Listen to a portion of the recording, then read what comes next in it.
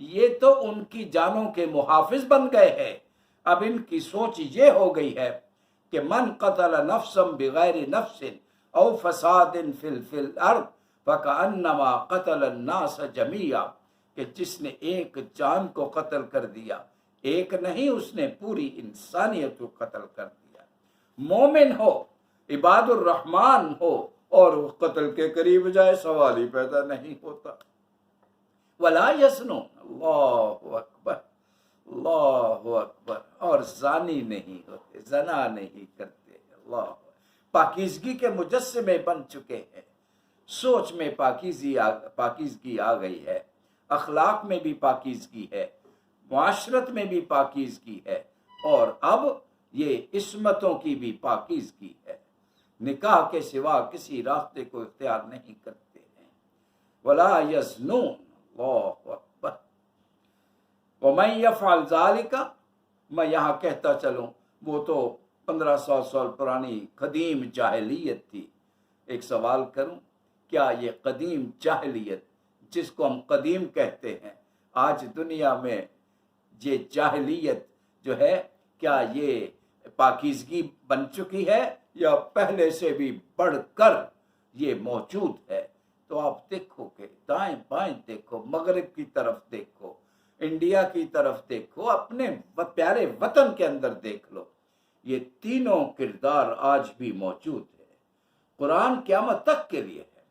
اور اب دیکھ لیجئے مومن کی شان اور عباد الرحمن، وہ ان تینوں کے قریب نہیں پھٹکتے، اسے گن آتی ہے، نفرت ہو گئی ہے گناہ کے ساتھ۔ وَمَن يَفْعَلْ ذَلِكَ يَلْقَ أَثَامًا، جو ایسا کرے گا تو پھر اپنے گناہ کا بدلہ تو وہ ضرور پائے گا۔ صرف اپنے گناہ کا بدلہ نہیں پائے گا، اس کو دوہری سزا ملے گی۔ دوہری سزا کیوں؟ اس لیے کہ ایک تو اس نے اپنا ستیہ ناش کیا، اللہ کی امانت تھی، اس میں خیانت کی، اور دوسرے اس نے دوسرے کے کردار کو بھی گندا کر دیا، اس کو بھی نقصان پہنچایا ہے۔ اللہ اکبر۔ قتل کیا ہے تو صرف آپ نے گناہ نہیں کیا، ایک جان کو جو اللہ کے ہاں بڑی محترم ہے، بڑی قابل احترام۔ کتنی قابل احترام ہے ذرا سن لیجئے، پیارے نبی صلی اللہ علیہ وسلم کا یہ فرمان آپ خطبہ حجۃ الوداع میں ارشاد فرما رہے ہیں، ان دماءکم واموالکم وعرضکم کحرمت یومکم ھذا، یہ ہے دین۔ اللہ اکبر۔ تمہاری جانیں کتنی مقدس، تمہارے مال کتنے محترم، تمہاری عزتیں کتنی قابل احترام۔ احرام پہنے ہوئے ہیں، حج کا دن ہے، اور خطاب فرما رہے ہیں پیغمبر انقلاب صلی اللہ علیہ وسلم، فرمایا دیکھو جتنا آج کا دن محترم ہے اور مقدس ہے کہ تم ایک کیڑے کو بھی نہیں مار سکتے ہو، اسی طرح اس حرم میں، اسی حالت احرام میں، یہیں پر جس طرح سے جان کا احترام ہے، اسی طرح تمہاری جانیں مقدس، مال مقدس، اور تمہاری عزت مقدس۔ صرف جان نہیں، تین چیزیں کہی ہیں، اور اسی سے علماء اخذ کرتے ہیں یہ تینوں کا احترام، ان کو اسٹیبلش کرنا۔ جانوں کا احترام مین security of life and property, اور security of honour and protection of honour, یہ تینوں اسٹیٹ کی بیسک رسپانسبلٹیز ہیں، ریاست کی ذمہ داری۔ آج دیکھ لو اس پیارے وطن میں جسے لاکھوں قربانیاں دے کے حاصل کیا، نہ تو جانیں محفوظ ہے، نہ عزتیں محفوظ ہیں، نہ مال محفوظ ہیں۔ اسلامی ریاست تو اس کو کہتے ہیں کہ جس میں کوئی کسی کی عزت لوٹنے والا نہیں۔ اللہ اکبر۔ پھر مجھے وہ جملہ یاد آ گیا پیارے نبی صلی اللہ علیہ وسلم کا، خدا کی قسم جس کے قبضہ قدرت میں میری جان ہے، اس وقت تک میں چین سے نہیں بیٹھوں گا جب تک کہ ایسا معاشرہ قائم نہ ہو جائے کہ رات کی تنہائیوں میں ایک عورت سفر کرتی ہے کعبہ سے صنعاء تک، اور اسے سوائے اللہ کے کسی اور کا ڈر نہیں ہے۔ یہ ہے security of life and property. سمجھے؟ تو عباد الرحمن میرے بندے ایسا نہیں کرتے. آپ ذرا غور کرتے چلے، یہ جتنے بیانات ہیں یہ سب پازیٹیو سٹیٹمنٹس ہیں. بھائی اللہ حکم نہیں دے رہا کہ یوں نہ کرو، بلکہ فرما رہا ہے کہ جو میرے بندے بن جاتے ہیں، عباد الرحمن میں ڈھل جاتے ہیں، تو پھر ان کا کردار ایسا بن جاتا ہے. ہمیں پیغام کیا دیا جا رہا ہے؟ تم چاہتے ہو کہ معاشرے میں اللہ کی بندگی ہو، شرک کا خاتمہ ہو. یہ شرک کتنی خطرناک چیز ہے، اس پر آج میں بات نہیں کروں گا. لیکن شرک پر ایک جملہ تو میں ضرور کہے بغیر نہیں رہ سکتا. شرک کیا صرف یہ ہے کہ کوئی شخص بتوں کو پوجے؟ کیا صرف اس کو شرک کہتے ہیں؟ نہیں بھائی، ارے شرک کا تعلق پوری زندگی کے ساتھ ہے. قرآن اس کو سمجھنا ہو تو قرآن مجید کی سورہ صف کی ایک آیت میرے سامنے ہے، اور وہ کیا ہے؟ والذی ارسل رسولہ بالہدی ودین الحق لیظہرہ علی الدین کلہ ولو کرہ المشرکون. ہم نے کس لیے قرآن پاک بھیجا؟ اپنے نبی کو بھیجا قرآن دے کر. کس لیے؟ تاکہ اس دین کو پوری زندگی پر غالب کر دیں، مشرکوں کو کیوں کتنا ہی ناگوار کیوں نہ ہو. اب یہاں مشرک کا معنی کیا ہے؟ کہ جو اللہ کو تو مانتے ہوں لیکن معیشت میں اس کو ماننے کے لیے تیار نہیں. اللہ کو تو مانتے ہیں لیکن سیاست میں اللہ کی ساورنٹی کو قبول کرنے کے لیے تیار نہیں ہے. اللہ کو تو مانتے ہیں، اس کی بندگی کو مانتے ہیں، لیکن معاشرت میں بھی ریشل ڈسکریمنیشن میں بلیو کرتے ہیں. اس کا مطلب کیا ہوا؟ کہ شرک صرف بتوں کی پوجا کا نام نہیں ہے. شرک معیشت میں بھی ہو سکتا ہے، شرک معاشرے میں بھی ہے، شرک سیاست میں بھی ہے، شرک ثقافت میں بھی ہے، شرک تہذیب میں بھی ہے، شرک قانون میں بھی ہے، شرک آئین میں بھی ہے، شرک پوری زندگی میں. جہاں اللہ کی ساورنٹی کو چھوڑ کر آپ نے کسی اور کو اہمیت دی تو آپ نے اسے گویا اللہ کا مقام دے دیا. یہی تو شرک ہے. اللہ اکبر. میں دعا ہی کر سکتا ہوں اللہ رب العزت میرے پیارے وطن کو ان 3 بڑی بیماریوں سے بچائے. کرونا وبا سے تو بچائے، لیکن یہ جو 3 وبائیں ہیں، یہ 3 بیماریاں ہیں. شرک کی بیماری، شرک کی بیماری نہیں، شرک کی وبا، اور اسی طرح قتل کی بیماری اور زنا کی وبا اور بیماری. میرے وطن کو اللہ اس سے محفوظ رکھے، لوگوں کی جانیں محفوظ ہوں، لوگوں کی عصمتیں محفوظ ہوں، لوگوں کی عزتیں محفوظ ہوں گی کیسے؟ اس کا راستہ بتا دیا. نظام تربیت قائم کرو، اور میرے بندوں کو جو ادھر ادھر بھٹکے ہوئے تھے ان کو میری آغوش رحمت میں لے آؤ، عباد الرحمن بنا دو. جب وہ عباد الرحمن بن جائیں گے پھر آپ کو کہنے کی ضرورت نہیں پڑے گی. یہ پازیٹیو سٹیٹمنٹ ہے کہ وہ خود ہی اس کے قریب نہیں پھٹکتے. روکنے والی بات تو دور کی ہے. لا یدعونا، شرک کا نام نہیں لیتے، قتل کا سوچتے بھی نہیں، زنا کا تو خیال بھی ان کے دل میں نہیں آتا ہے. اللہ اکبر.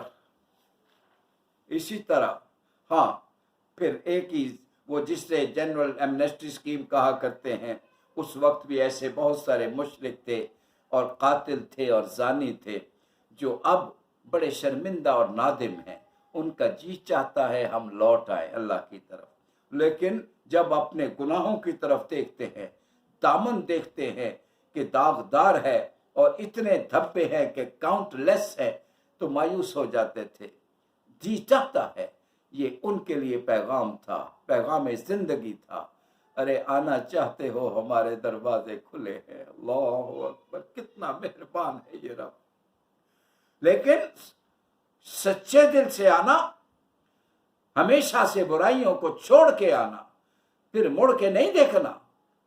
اسی لیے تو فرمائے اللہ من تاب، لوٹ آئے، ہماری آغوش رحمت میں آ جائے. وآمن وعمل عملا صالحا، ایمان لے آئے، ہمیں مان لے اور اپنے عمل کو بدل لے، نیک کر لے، یعنی عملی ثبوت مہیا کر دے، تو پھر ہمیں بھی ان پر پیار آئے گا۔ پیار کیسے آتا ہے؟ فَأُولَٰئِكَ يُبَدِّلُ اللَّهُ سَيِّئَاتِهِمْ حَسَنَاتٍ، پھر ہم صرف معاف کرنا ہی نہیں جانتے، ان کے گناہوں کو نیکیوں سے بدل دیں گے۔ ہمیشہ ہمیشہ کے لیے ہماری طرف آ جاؤ، پکی سچی توبہ کر لو۔ زندگی کے آخری سانس سے پہلے توبہ کا موقع اللہ نے دے رکھا ہے۔ یہ وقت ہے کہ اللہ کریم کہ ہم چھوٹے بڑی غلطیوں میں جس میں کبھی شکار ہوں، یہ مہلت ملی ہوئی ہے، اور یہ تو ماہ مبارک ہے، اس کی رحمت اور بھی زیادہ جوش میں ہے۔ ہم سچی توبہ کر لیں، اس کی طرف لوٹ آئے۔ اللہ اکبر، کتنا پیار آتا ہے لوٹنے والے کو، میں کیا بتاؤں۔ میں آپ پھر دہراؤں گا اس بات کو کہ اللہ کے رسول نے مثال دی ہے۔ اللہ اکبر، اللہ کے رسول نے مثال دی کہ دیکھو ایک ماں کا بچہ گم ہو جاتا ہے، ارے جس بچے کو دیکھتی ہے، اٹھاتی ہے، سینے سے لگاتی ہے، تڑپ رہی ہے، اس ماں کی ممتا کا ذرا حال تو دیکھو۔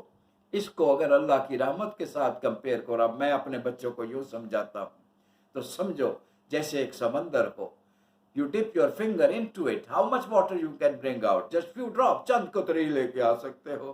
یہ ماں کی ممتا ہے، اور وہ ocean of love, ocean of mercy, وہ اللہ کی رحمت ہے۔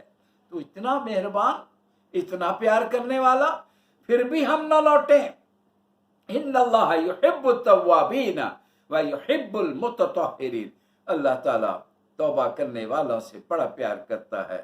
آج پھر میرے ہونٹوں پہ وہی شعر آ گیا ہے، یہ 10 مرتبہ کیا 100 مرتبہ آئے گا تو میں سناؤں گا جب بھی موضوع ہوگا، کہ موتی سمجھ کے شان کریمی نے چن لیے، قطرے جو تھے میرے عرق انفعال کے۔ ہم بندہ جب شرمندہ ہو کر اس کے بارگاہ میں جھک جاتا ہے، اللہ کو کتنا پیار آتا ہے، میں نہیں بیان کر سکتا۔ اللہ اکبر۔ ومن تابہ، اور توبہ کا حق وہی ادا کرتا ہے۔ توبہ کا تو معنی ہی یہ ہے، وعمل صالحا، صرف توبہ نہیں، صرف تسبیح پہ توبہ توبہ توبہ، پتہ نہیں یار یہ ہماری تسبیحاں کہاں سے آ گئی ہیں جو ہم ہاتھوں میں لے کر ہر وقت گھومتے رہتے ہیں۔ یہ تو خاموشی سے اللہ کے ذکر کے لیے ہوا کرتی ہیں۔ آپ زبان سے توبہ توبہ کرتے رہو صبح سے شام تک، عمل میں چینج نہیں آئی، عمل بدلا نہیں، غلطیاں اور گناہ نہیں چھوڑے، تو یہ اللہ کے ساتھ مذاق کرنے والی بات ہے۔ لما تقولون ما لا تفعلون، کیوں ایسی بات کہتے ہو جو کرنے کے لیے تیار نہیں ہو؟ دل سے توبہ کر لی ہے، دل سے اس کو مان لیا ہے، وعمل صالحا، اور اپنے عمل کو بدل لیا ہے، فإنه يتوب إلى الله متابا، یہ ہے جو توبہ کا حق ادا کرتا ہے۔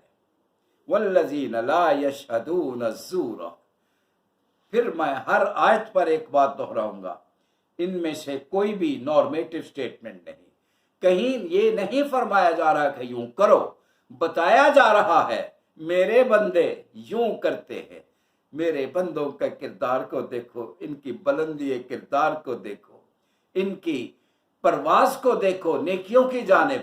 اب یہ ان کے اندر امیونٹی لیول اتنا بلند ہو چکا ہے، نیکی کا جذبہ اتنے اس سے یہ سرشار ہو چکے ہیں کہ اب ان کو کہنے کی ضرورت نہیں، یہ خود ہی اسی رنگ میں رنگے جا چکے ہیں، اسی میں ڈھلے ہوئے ہیں۔ اللہ اکبر۔ لا یشہدون الزور، کوئی لاکھ کہے کبھی جھوٹی گواہی نہیں دیں گے۔ اور اس کا دوسرا مطلب کیا ہے؟ جھوٹ برائی کو بھی کہتے ہیں، کہیں کوئی برائی ہو رہی ہو اور یہ وہاں سے گزرے اور لطف اٹھانے کے لیے کھڑے ہو جائے، سوال ہی پیدا نہیں ہوتا۔ اللہ اکبر، کاش ایسا کردار ہمارے یہاں بھی آ جائے۔ ہم تو جہاں پر ذرا کوئی شیطانی حرکت دیکھتے ہیں بس گم ہو کے رہ جاتے ہیں، اسی کے اندر ڈوب جانے کو جی چاہتا ہے، انجوائے کرنے لگتے ہیں۔ مومن کو اتنی نفرت ہو جاتی ہے ایسی حرکتوں سے، کس کی وجہ سے؟ اس کو محبت اللہ کے ساتھ ہو چکی ہے، نیکی کے ساتھ اس کی محبت ہے، اور برائی کے ساتھ اس کی نفرت ڈیولپ ہو گئی ہے۔ اگر اللہ سے محبت ہے اور نیکی سے محبت نہیں تو پھر یہ بھی محبت نہ ہوئی۔ اس میں ایک جملہ اور بڑھا دوں، اللہ سے تو پیار ہے، اس کے بندوں سے پیار نہیں، یہ بھی اللہ کا پیار جھوٹا ہے۔ اللہ اکبر۔ تو میرے بندوں کی نشانی ہے، یہ کسی برائی کے قریب سے گزریں تو اگر اتفاق سے راستے میں کہیں کوئی ایسا منظر آ جائے تو کیسے انتہائی شائستگی کے ساتھ شریفانہ انداز میں نگاہ غلط انداز ڈال کر نکل جایا کرتے ہیں، کبھی نہیں کھڑے ہوتے۔ اللہ اکبر، اللہ اکبر۔ اور والذین، ایک اور ان کی نشانی، والذین اذا ذکروا بآیات ربہم۔ بھائی ایک بات مجھے جی چاہ رہا ہے، میرے اب ہونٹوں پہ آ گئی ہے، میں شیئر کرنا چاہ رہا ہوں، آپ کے بھی فائدے میں ہو سکتی ہے، اپنے عزیزوں بچوں کو بتائیں۔ مجھے یاد ہے یہ میں اپنے گھر سے نکلا، اس دن عید میلاد النبی تھی، تو میں جب نکلا تو راستے میں ایک یہ جو کیسٹیں اور ویڈیو کی دکان تھی، انہوں نے ایک ٹی وی لگایا ہوا اور کوئی لگتا ہے کوئی انڈین لچر قسم کی فلم لگی ہوئی تھی، اور ایک مجمع لگا ہوا ہے جو اس کے اندر گم ہے۔ میں قریب سے گزر گیا کیونکہ سودا لینے جانا تھا، لیکن جو ہی میں گزرا تو مجھ سے رہا نہ گیا کہ یہ بندے، یہ ان کو تو جانتا ہے، تو نے ان سے کوئی بات تک نہیں کی، تو نے رب کو کیا جواب دینا؟ آج دن کتنا مقدس ہے اور یہ حرکتیں کتنی غلیظ کر رہے ہیں۔ خیر میں نے ہمت کی، میں واپس آیا، حکمت کے ساتھ کوشش کی کہ اس کے مالک کو ایک طرف بلا لیا، باقی سارے لگے ہوئے ہیں۔ میں نے اس کو مالک سے کہا، میں تھے بات سنو بیٹا، میں نے ایک بات کرنی ہے، پھر میں چلا جاؤں گا۔ آج دن کون سا ہے؟ اتفاق سے عید میلاد النبی کا دن تھا، تم کر کیا رہے ہو؟ نبی نے ان باتوں کی تعلیم دی تھی، دنیا کو شیطانیت دکھا رہے ہو، اس کے گناہ کا ذمہ دار کون ہوگا؟ بس یہ کہہ کے تو میں آگے نکل گیا۔ میں اپنا سودا لے کے واپس آیا تو میں نے دیکھا، اللہ اکبر، دکان بند، مجمع ختم چند منٹوں میں۔ میں کہ اللہ تیری شان ہے۔ یہ ہے وہ اللہ کا وعدہ کہ آپ کرو تو صحیح، والذین جاہدوا فینا، جو ہماری طرف آتے ہیں ہم راستے کھول دیتے ہیں۔ او بھائی مدد وہ کیا کرتا ہے، ہمارا کام صرف ایک قدم ہی بڑھانا ہوتا ہے۔ ہم نے کیا کرنا ہے؟ سب کچھ اللہ نے کرنا ہے۔ کوئی بندہ تو ہو جو آگے بڑھے، انڈیفرنٹ مت ہو۔ معاشرے میں برائی پھیل رہی ہو، معاشرے میں برائی دنا رہی ہو، اور ہم نیوٹرل بن کے سانوں کی نو سے نو ٹو اٹ، لیکن یہ کام بڑی حکمت سے ہو، حماقت سے نہ ہو۔ بھائی ڈنڈا نہیں مارنا، بھائی سب ذرا غور سے سنیں، ڈنڈا نہیں مارنا، ڈنڈا مارو گے تو سارا کام برباد ہو جائے گا۔ ادع الی سبیل ربک بالحکمت والموعظۃ الحسنہ وجادلہم باللتی ہی احسن۔ والذین، بدو آیات رہ گئی ہیں، اذا ذکروا بآیات ربہم، جب ان کو اللہ کا پیغام سنایا جاتا ہے۔ میں نے کہا سائلنٹ کمپیریزن، ادھر کیا کردار ہے؟ ان کو پیغام سنایا جائے تو ان کی حالت کیا ہوتی ہے؟ جس طرح کوئی اندھا اور بہرا سن رہا ہو۔ ہائے ہائے ہائے، نہ دیکھنے کی صلاحیت، نہ سننے کی صلاحیت۔ آپ قرآن ان کو سنا رہے ہو، ان کو کوئی اثر ہی نہیں، اندھے اور بہرے ہیں۔ اور میرے بندے، اللہ اکبر، آج بھی وہ کردار موجود ہے۔ میں نے کہا یہ دونوں کردار کل بھی تھے اور آج بھی موجود ہیں۔ اور جو میرے بندے ہیں ان کا مقام کیا ہے؟ ان کو جب اللہ کا پیغام سنایا جاتا ہے، اللہ اکبر، تو اندھوں اور بہروں کی طرح نہیں، ان کے تو رونگٹے کھڑے ہو جاتے۔ مجھے ایک آیت یاد آ گئی سورہ انفال کی، انما المؤمنون الذین، مومن کون ہوتے ہیں؟ اذا ذکر اللہ کا ذکر ان کے سامنے کیا جائے، وجلت قلوبہم، ان کے دل لرز اٹھتے ہیں، رقت طاری ہو جاتی۔ میرے رب کا، میرے محبوب کا کلام بڑی توجہ سے اور محبت سے سنتے ہیں۔ وَإِذَا تُلِيَتْ عَلَيْهِمْ آيَاتُهُ، اور جب اللہ کی آیات ان کو سنائی جاتی ہیں،